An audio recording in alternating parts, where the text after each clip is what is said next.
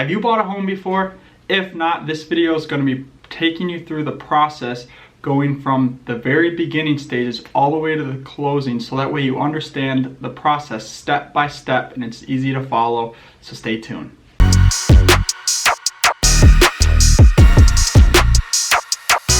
Hey everybody, what is up? I'm Ryan Foster, and if you're new to my channel, feel free to hit that subscribe button and drop a like for me if you do find this video helpful. In this channel we talk about personal finance, entrepreneurship, investing, real estate, and much more. So stay tuned and let's get into today's video. Okay, so you've decided that you want to purchase your first home. So that's basically the very beginning. You decided, hey, you know what, I want to look into this, or maybe you're just curious and you want to know where to start. So first thing I recommend before you sit down and meet with somebody like me is to talk to a lender. And the reason I say this is because when you talk to a lender first, that gives you an idea of where your budget is and what your payments will be and where you stand. I mean, the worst thing that could happen is if I start showing you some properties and then you find the absolutely dream home. Doesn't really sound that bad actually when you say it like that, but we find that absolute dream home and we realize that, you know, it's just slightly out of our budget and it's not something that we can even entertain. So then at that point you get upset and it was a total waste of time looking at homes prior to that. So the main thing we want to do is talk to that lender first and really understand where we start in this home buying process and how much your payments are going to be, and it really gives us that foundation level of certainty moving forward. So the next step would be to meet with a realtor like me and really kind of identifying what we need in a home, what we're looking for, you know, the amount of bedrooms, if you need maybe a basement, what kind of yard we're looking for, if you have, maybe you need a fenced in yard because maybe you have pets that, you know, are a little bit bigger and they need a room to play, etc. Whatever, you know, situation that you're looking for, we really want to kind of sit down and identify what's important and what's not. And that part really gives me a good understanding of what kind of types of homes that we should be looking at for you. Not everybody's the same. It's not everybody wants the exact same thing, which there's a lot of similarities in what things people want, but you specifically, we try to identify what your wants and needs are. The next thing we do is, now that we've identified what's important in a home, at that point then we go start taking a look at some houses. And the main thing with that is just finding what suits you the best. Because on paper they might have exactly what you want, but until you really get inside them and get the feel of the house, you don't always understand if it's the perfect fit. Because sometimes the photos either look great on a house and then when you walk through it they may look terrible, or you'll walk to the house and the house looks amazing but then the photos aren't necessarily that great, or sometimes they're right on the money and you walk in, it's like, oh, this is exactly what I expected. So it's really crucial to make sure that we go through and check out the homes that we really do like and try to filter off the ones that aren't necessarily as important to you. And then we start to find the right house, the one that we decide to write an offer on. So the next thing is to write an offer. And a lot of people get a little worried about this part because you know, they want to go old school negotiation and really rely on your agent like me to really kind of guide you through that process. And at that point what we do is we kind of identify what's important, what's not. Maybe that has refrigerator and appliances like your stove, microwave, etc. that you want with the property. At that point we would make sure that they are in that purchase agreement, so that way they would come with the property if that was something that you wanted. And maybe you have your own and you don't want theirs, so we would leave those, we would exclude them and leave them out of the purchase agreement, so that way you could bring in your appliances. Maybe you wanted brand new ones that you were looking to purchase anyway. And then also in that time we're kind of go over the price, obviously, if there's any concessions needed, meaning the seller pays to help contribute the buyer some costs. I'm not going to get too much into that because this is more just a process and not a negotiation video, but basically we get an offer together. And at that point, from there, there's really only three things the seller can say. It's either yes, and they accept the offer and you get the house. They could say no, where if you wrote a low offer, you might offend them. They just might say no and not counter at all. Which leads me to that third option, where usually they're gonna, if they'll counter before they would say no. But the third thing is a counter offer, which would mean you submit an offer to the seller, they receive it, they turn around and then don't agree with all of the terms, so they make some adjustments, meaning your offer is no longer valid. They give you that adjusted purchase agreement back, and at that point you can either agree, reject it, or counter again. If you're happy with their changes on there, you just basically just accept it, and then we can move forward. But however that works out, basically you write in an offer, and then eventually we hopefully come to an accepted purchase agreement. The next thing I highly recommend having done is having a home inspection done. And a lot of times I'll put that in the purchase agreement, meaning that your offer is only good if you're comfortable with that home inspection results. Meaning if you don't like the home inspection results, you're not obligated to buy that.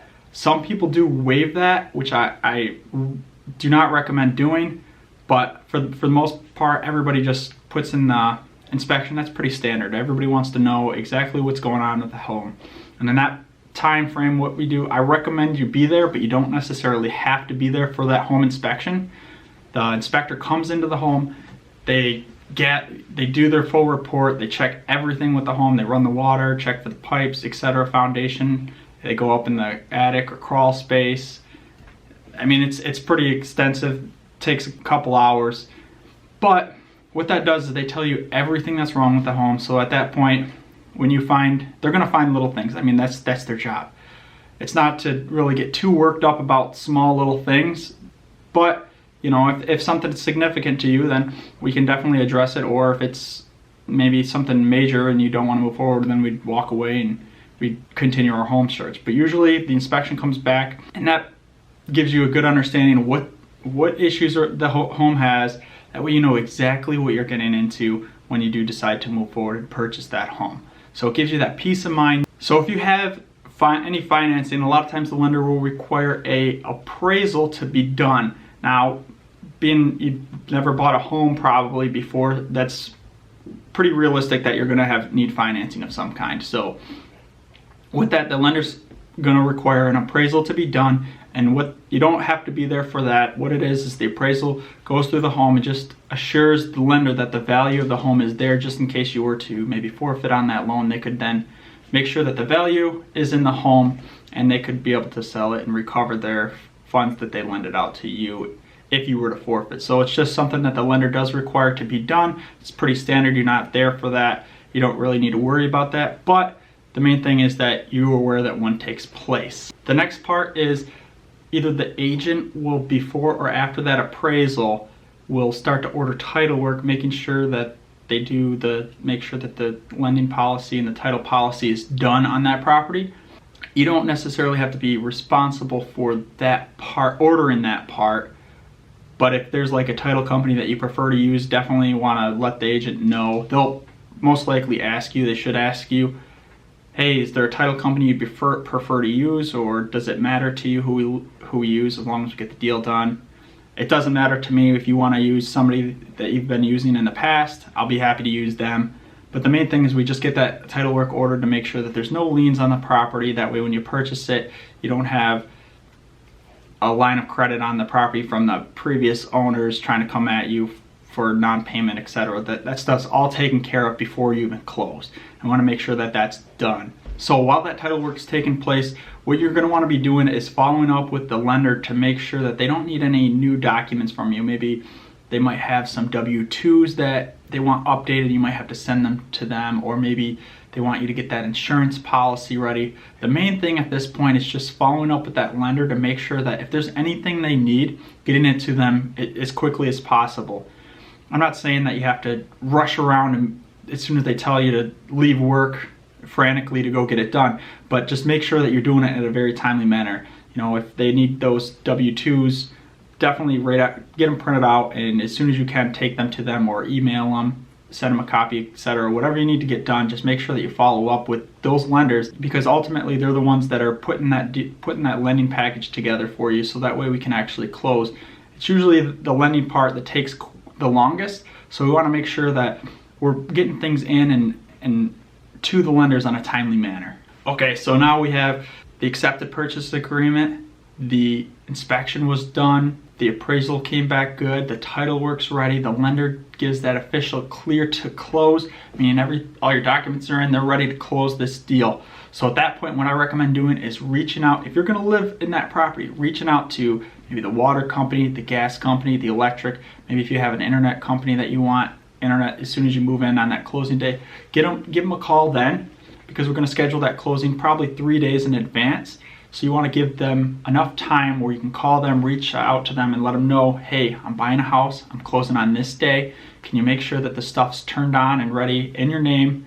If the property currently has the water, etc., and utilities on, you don't want them coming out there, shutting them off, and then you calling, having somebody coming out and then returning them on. It's usually cheaper if they just transfer them over into your name that day of closing. Saves you a little bit of money, and that's something you want to definitely take advantage of.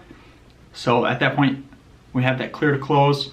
Obviously, we're going to schedule a time and date to close, and you're going to let those utility companies know when you're going to have it turned on if you're moving and living in there. So 24 hours before closing, well, it might not be exactly 24, but the day before closing, what I do is I try to do a final walkthrough with you, if you're using me as your realtor, obviously, or whoever realtor you're using. But what I always do is do a 24-hour walkthrough, or the day before. We go through a walkthrough. Let's say we did put those appliances, that refrigerator, stove, microwave, in that purchase agreement. We just want to walk through, make sure everything's as it was agreed upon. You know, that you want to make sure that they didn't take that stuff out. It's very rare that they do, but it does just give you that peace of mind in case they maybe had a moving company move their stuff and they ended up taking that refrigerator that you wanted by mistake. We want to make sure that we can call them and get a hold of them beforehand to make sure that that's back in there before we do close, because it was in the purchase agreement and it is in the total sale of the property. So the last step is to close. And at closing, you're gonna sign your name a lot. You're gonna be sitting there just, another one. It's constantly. You're gonna be signing your name a ton of times, but that's what it is. You know, it's not really that bad. And at that point, once everything's wrapped up, I finally hand the keys over to you and you become officially a homeowner. And you completed the process. So basically, just a quick overview. You go from getting pre-approved, talking to a lender, meeting with an agent, going through homes, writing an offer, doing an inspection, having the appraisal done, making sure that you're following up with the title work, or the lenders, excuse me, sorry, that you're following up with the lenders. The title work's gonna be taken care of too for you. We're doing that, getting the utilities ready to be activated or switched into your name. Then we do that final walkthrough. We meet at the closing table, we sign the papers, and we become homeowners. That about wraps it up for this video. Drop a like if you did find this helpful. Make sure you subscribe, and until next time, I will see you in the next video.